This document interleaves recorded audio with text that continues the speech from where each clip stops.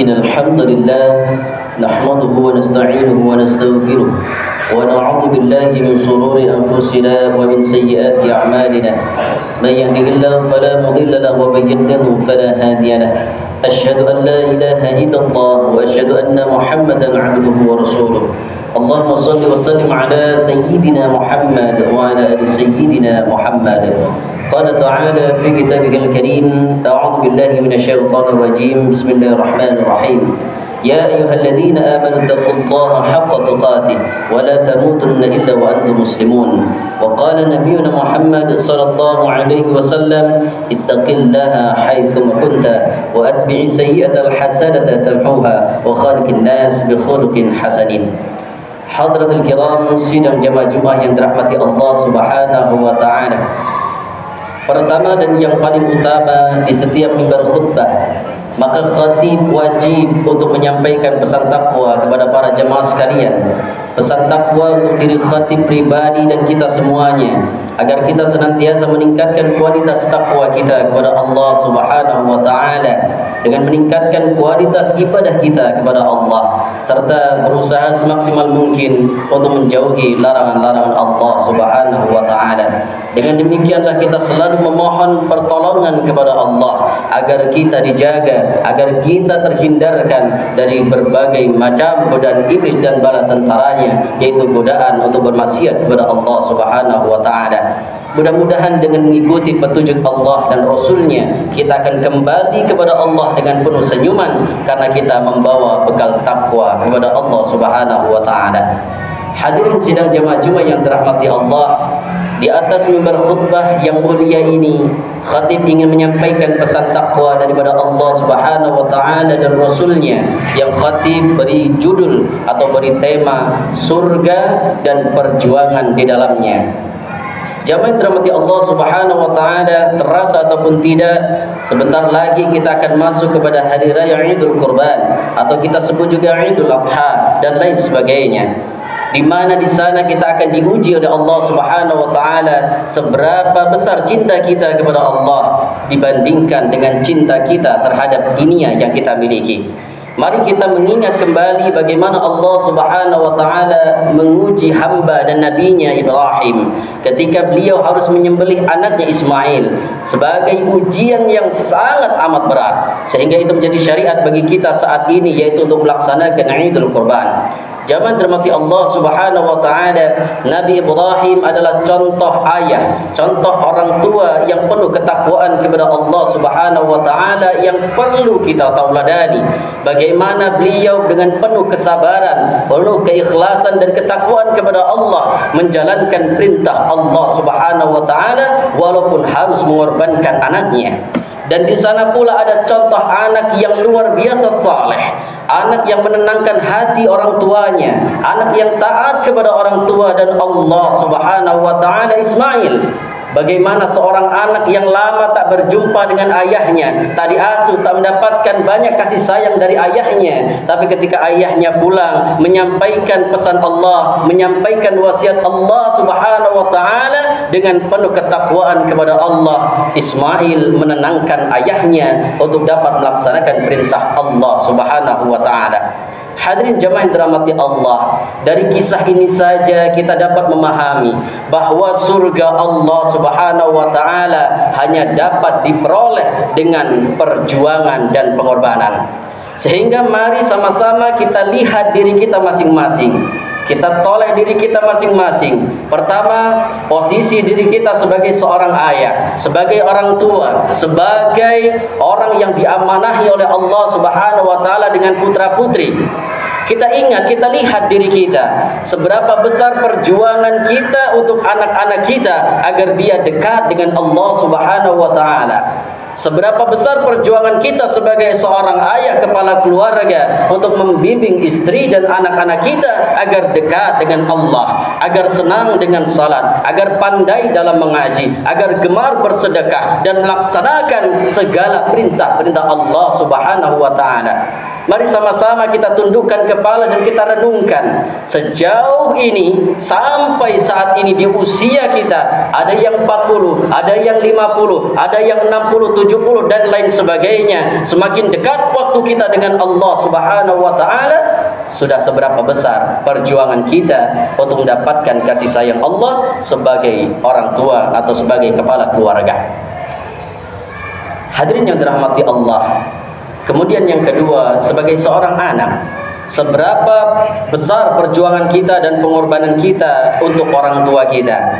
Wahai anak-anak muda, di zaman sekarang ini luar biasa godaannya, di mana teknologi sudah sangat mudah untuk diakses, di mana media sosial sudah menjadi patokan generasi muda. Ada anak yang berani membentak orang tuanya karena tontonan, ada anak yang berani mukul orang tuanya karena tontonan, dan kurangnya arahan dari lingkungan, dari orang tua, atau bahkan mungkin di sekolahnya, sehingga anak ini menjadi liar, anak ini menjadi durhaka kepada orang tuanya. Mari sebagai seorang anak kita ingat, sampai dengan saat ini, di usia kita, dari lahir sampai kita besar sekarang, kita sudah banyak berkorban atau bahkan kita hanya menyusahkan. Zaman dirahmati Allah Subhanahu wa taala, itu hanya hubungan kita dengan sesama manusia. Lalu kita mengoreksi pula bagaimana hubungan kita dengan Allah Subhanahu wa taala. Begitu banyak nikmat yang sudah Allah berikan kepada kita. Nikmat badan yang sehat, nikmat keluarga yang bahagia, nikmat harta yang berlebih, dan lain sebagainya dari sekian banyak nikmat-nikmat Allah Subhanahu wa taala. Coba kita hitung-hitung, dari sekian banyak nikmat Allah yang diberikan kepada kita, berapa persen yang kita kembalikan di jalan Allah Subhanahu wa taala? Sudahkah anak-anak kita investasikan untuk Allah Subhanahu wa taala? Sudahkah kita kenalkan dengan agama? Sudahkah kita kenalkan dengan Al-Quran? Dari harta yang kita punya, yang kita miliki, berapa persen yang sudah kita investasikan di jalan Allah? Sudahkah kita menyisihkan setiap harinya untuk infak di jalan Allah Subhanahu wa taala? Dari profesi yang kita punya, kita lihat seberapa persen sudah kita manfaatkan di jalan Allah. Kalau kita orang yang punya kebijakan, orang yang mampu membuat keputusan, apakah keputusan kita adalah keputusan untuk menggapai ridha Allah Subhanahu wa taala? Sebagai seorang pembisnis, sebagai seorang pengusaha, kita juga koreksi. Begitu banyak rezeki yang Allah bukakan untuk kita, tapi kembali berapa persen yang kita kembalikan kepada Allah Subhanahu wa taala? Dari sekian banyak harta yang kita punya, harta yang betul-betul akan kita bawa menghadap Allah adalah harta yang kita sisihkan di jalan Allah Subhanahu wa taala. Baik itu untuk pendidikan, baik itu untuk membantu orang yang kesusahan, baik itu untuk pembangunan masjid, baik itu untuk pembangunan pesantren dan lain sebagainya. Itulah aset yang akan kita petik nanti ketika kita menghadap Allah Subhanahu wa taala. Pesan Allah dalam Al-Quran, surah Al-Kautsar, salah satu surah terpendek dalam Al-Quran. A'udzubillahi minasyaitonirrajim. Bismillahirrahmanirrahim. Inna a'tainakal kautsar, fashalli li rabbika wanhar, inna syani'aka huwal abtar. Khatib rasa kita semua sudah hafal dengan surah ini, dan mari sama-sama di penghujung khutbah ini kita mengambil pelajaran daripada surah Al-Kautsar ini. Allah Subhanahu wa taala menyampaikan kepada Nabi Muhammad sallallahu alaihi wasallam, dan juga menjadi pelajaran untuk kita semuanya, bahwa Allah katakan kepada Nabi Muhammad, "Inna a'tainakal kautsar." Sesungguhnya kami telah memberikan kepadamu Muhammad nikmat yang banyak. Hadirin yang dirahmati Allah, begitupun dengan kita telah diberikan nikmat yang banyak oleh Allah Subhanahu wa taala, sebagaimana khatib singgung di awal.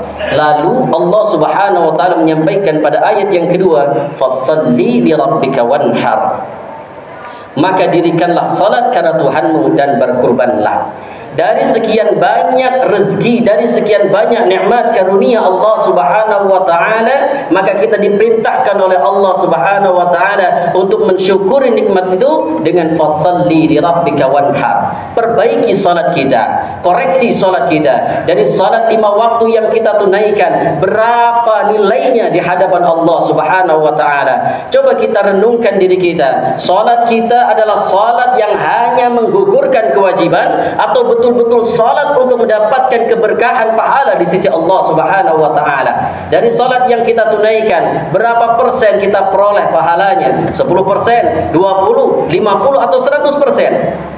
Kita dapat menilai diri kita masing-masing dari kekhusyuan salat yang kita tunaikan. Mudah-mudahan dengan merenungi itu, kita akan sama-sama mengoreksi salat kita dan memperbaiki salat kita. Jangan sampai ada istilah yang penting salat, tapi salat itu penting. Masih ada di antara hamba Allah Subhanahu wa taala yang berungkapan, nanti ajalah salatnya, yang penting salat. Santai aja, masih ada waktu, yang penting salat. Yuk kita selesaikan dulu makan, kerja dan segala macamnya, yang penting nanti kita salat. Nah, inilah yang harus kita rubah, dari yang penting salat menuju salat itu penting.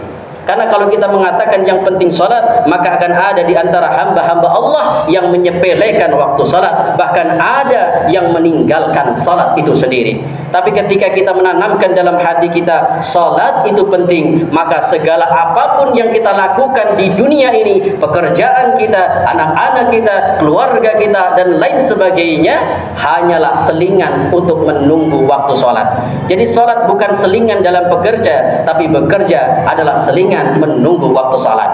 Kemudian yang kedua, wanhar. Kalau salat adalah ibadah kita, hubungan kita dengan Allah Subhanahu wa taala, wanhar ada di dalamnya hubungan kita dengan sesama manusia. Hadirin yang dirahmati Allah Subhanahu wa taala, mungkin di antara kita ada yang diberikan kemampuan oleh Allah Subhanahu wa taala untuk berkurban pada tahun ini, maka mudah-mudahan kurbannya diterima oleh Allah Subhanahu wa taala. Jika niat hati hanya ingin dilihat oleh orang lain, jika niat hati ingin dipuji oleh orang lain, jika niat hati ingin dianggap dermawan oleh orang lain, jika niat hati ingin dilihat kaya oleh orang lain, maka kita perbaiki niat kita bahwasanya kurban yang kita tunaikan tahun ini adalah kurban untuk Allah Subhanahu wa taala. Jangan sampai kurban yang kita tunaikan menjadi sia-sia karena bisikan-bisikan syaitan untuk menimbulkan riya dan sombong dalam diri kita. Hadirin yang dirahmati Allah Subhanahu wa taala, ketika kita mendapatkan nikmat yang banyak, lalu kita bersyukur dengan meningkatkan kualitas ibadah kita kepada Allah Subhanahu wa taala, maka jangan khawatir dengan orang-orang yang suka mencaci kita. Ada orang yang suka membicarakan keburukan kita, ada orang yang suka memfitnah kita, ada orang yang suka mengadu kita, maka jangan khawatir karena itu sudah menjadi urusan Allah Subhanahu wa taala. Inna syani'aka huwal abtar.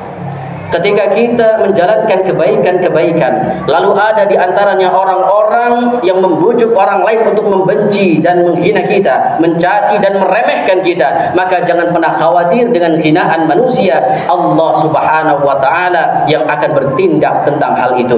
Jamaah yang dirahmati Allah Subhanahu wa taala, semoga khutbah ini dapat menjadi manfaat untuk khatib pribadi dan kita semuanya. Sebagai kesimpulan daripada khutbah ini, kita dapat mengambil pelajaran daripada surah Al-Kautsar. Yang pertama adalah kita harus berusaha untuk senantiasa mensyukuri nikmat Allah Subhanahu wa taala. Tidak ada nikmat yang kecil. Segala nikmat yang Allah berikan kepada kita adalah nikmat yang besar yang harus kita syukuri setiap waktunya. Kemudian yang kedua adalah ibadah hanya untuk Allah Subhanahu wa taala. Sebagai seorang manusia akan ada betikan dalam hati ingin dipuji dan lain sebagainya, dan itulah tantangan kita. Sebagaimana Imam Al-Ghazali berwasiat, al-mukhlisuna fi khatarin, orang yang ikhlas, orang yang belajar untuk merelakan segala sesuatunya itu dalam bahaya besar, bahaya riya, bahaya sum'ah, bahaya ingin dilihat, bahaya ingin didengar kebaikannya. Kemudian yang ketiga adalah kemuliaan Nabi Muhammad sallallahu alaihi wasallam sekaligus menjawab hinaan daripada musuh beliau. Kemudian yang keempat adalah penghiburan dalam ujian. Jamaah dirahmati Allah Subhanahu wa taala, khatib berwasiat kepada diri khatib pribadi dan mengingatkan kepada kita semuanya, dari sekian banyak ujian yang Allah berikan kepada kita, kita harus berhusnuzan, berprasangka baik kepada Allah bahwa ujian itu adalah tanda Allah sayang kepada kita. Dan ketika Allah memberikan ujian kepada kita, la yukallifullahu nafsan illa wus'aha, Allah pasti sudah menjaminkan bahwa kita mampu untuk melaluinya. Dan yang terakhir, kebinasaan bagi para pembenci kebenaran. Orang-orang yang tidak suka dengan kebaikan, orang-orang yang mencela memfitnah kita karena kita melakukan kebaikan, itu sudah menjadi urusan Allah Subhanahu wa taala, dan dialah akan yang binasa dan terputus dari rahmat Allah Subhanahu wa taala. Sehingga ayat ini, surah ini dapat menjadi pelajaran untuk kita semuanya agar kita fokus beribadah. Urusan orang lain adalah urusan Allah Subhanahu wa taala. Aqulu qouli hadza wa astaghfirullah li wa lakum wa li sayyidil muslimin wal muslimat. Innallaha ghafurur rahim. اللهم صل على